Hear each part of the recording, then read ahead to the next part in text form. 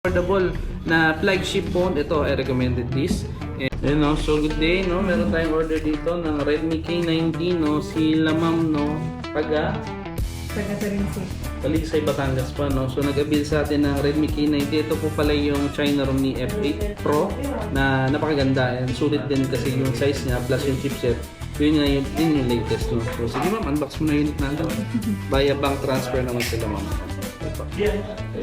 Tapos meron siyang kasamang phone stand, speaker, earphone, tsaka finger slip.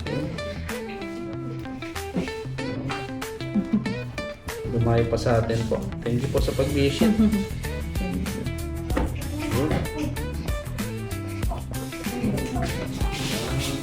Tapos dito meron siyang kasamang case pa rin, syempre.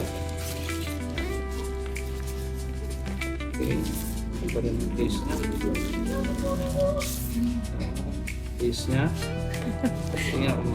Parang mas maganda yan. Oh, ganda, di ba, sir? So, naka-post speaker na rin siya. And ito yung speaker niya dito sa baba. May speaker din sa taas.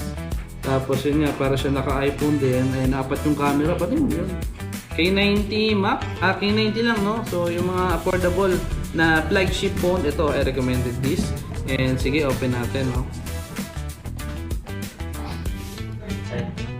So yun, done deal tayo sa Redmi K90.